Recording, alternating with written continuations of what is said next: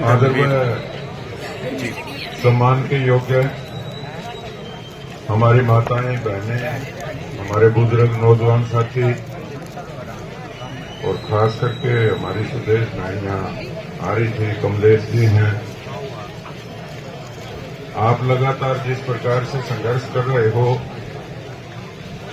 तो आपकी कल की जो कमेटी ने आप लोगों के बीच में बताया कि 2 मांग थी, वो पूरी कर ली गई है। कोई बात नहीं। जिस प्रकार से हमारी बेटी के साथ जो अन्याय हुआ है, हम कितनी बेटियों को और बलि का बकरा बनाएंगे। इसके लिए कोई ना कोई परमानेंट सुधार तो करना होगा। जितनी बेटियों के साथ रेप हुए हैं, बुरी तरह से उनको काटा गया है, मारा गया है, उसमें जो हाथ है किन लोगों का है ज्यादातर, और जो हमें इस चीज के लिए धरने पे क्यों बैठना पड़ा भाई जब पता है इस बेटी के साथ रेप हुआ है, उसको मार दिया, बुरी तरह से मारा है, उसके अंग विकसित कर दिए, अंग भंग कर दिए, और इसके बावजूद भी हमें धरने पे बैठने की क्या जरूरत थी। किसका काम है हमें न्याय दें? सरकार का। अब हम आए दिन जितनी घटना होती है, उन घटनाओं में हम एक बार इकट्ठे तो हो जाते हैं, लेकिन सरकार कोई ऐसा पैतरा फेंक देती है जिस प्रकार से पहले जो यहाँ के भिवानी के डॉक्टरों ने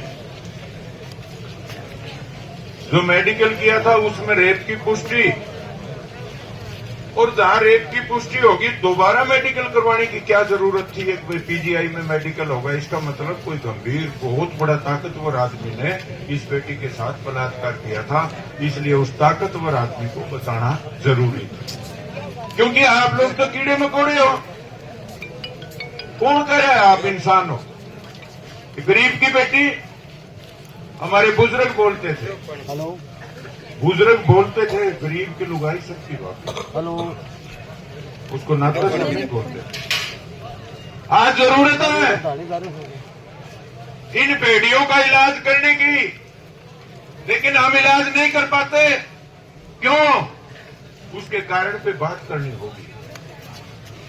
आज हम बेटी का दाह संस्कार भी कर देंगे, बेटी की रिपोर्ट भी आ जाएगी, और पता नहीं उस रिपोर्ट में क्या आएगा।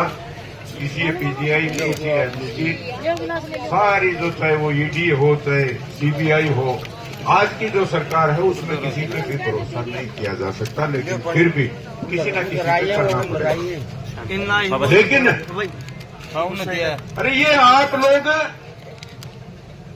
5 साल में एक बार आप लोगों के बीच में हमारे जैसे अंगूठा डाल के आते हैं, वोट मांगते हैं आपकी भलाई के लिए।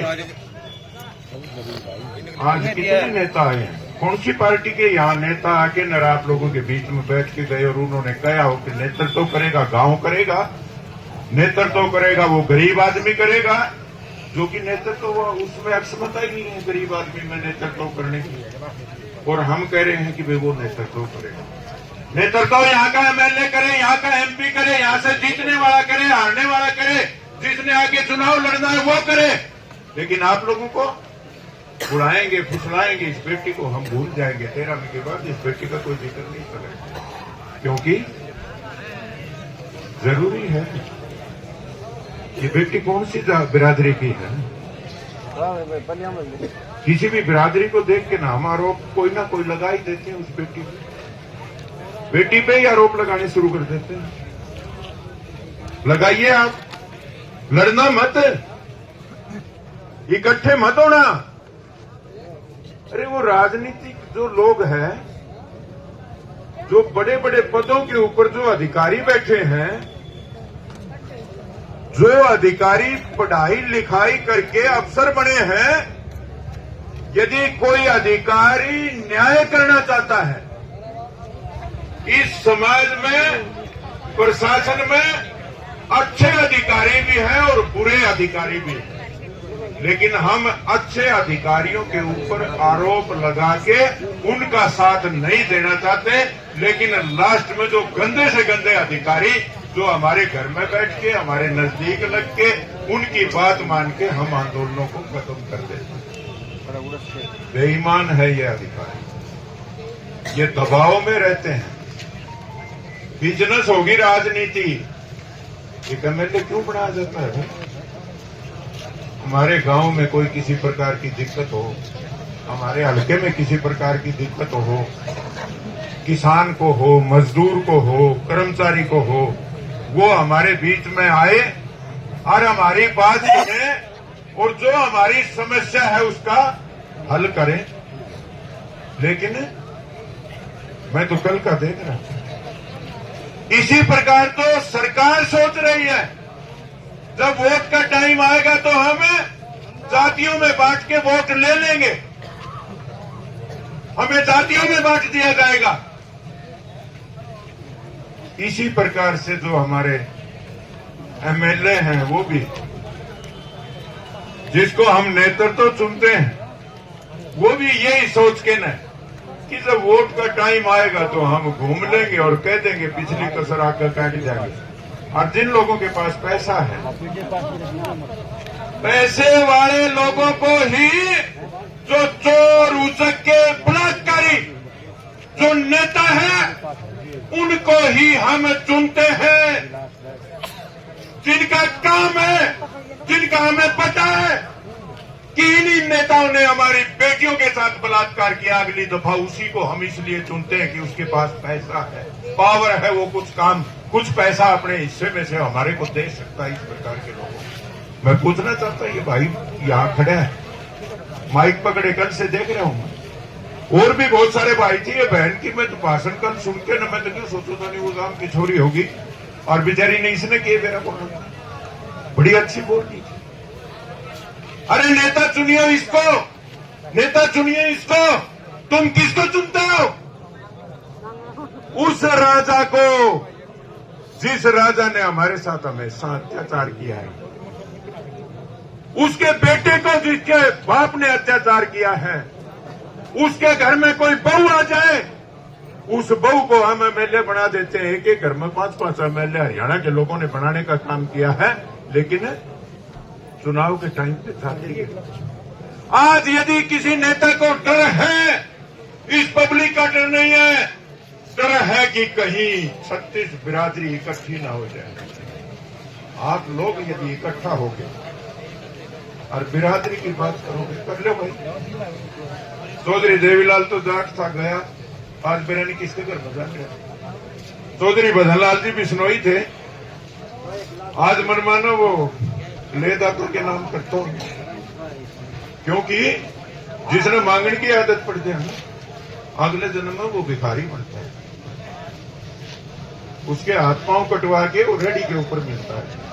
ये नेताजी जो हमारे को विश्वास दिला के हमारे साथ विश्वासघात करते हैं, हम किसी एक पार्टी की बात नहीं करते।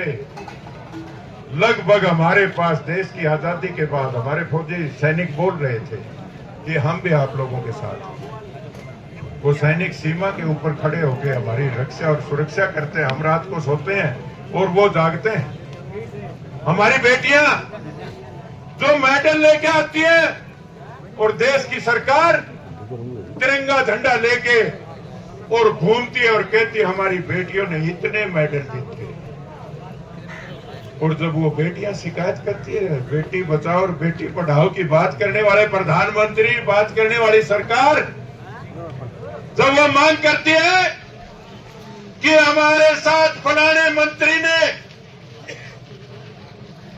रेप किया, बलात्कार किया, छेड़खानी की है, और फिर हम कहते हैं कि लड़की किस जाति की। उस टाइम तो हम कह रहे हैं देश का नाम ऊंचा किया इन बेटियों ने, लेकिन नीचा किया किसने? उस मंत्री ने।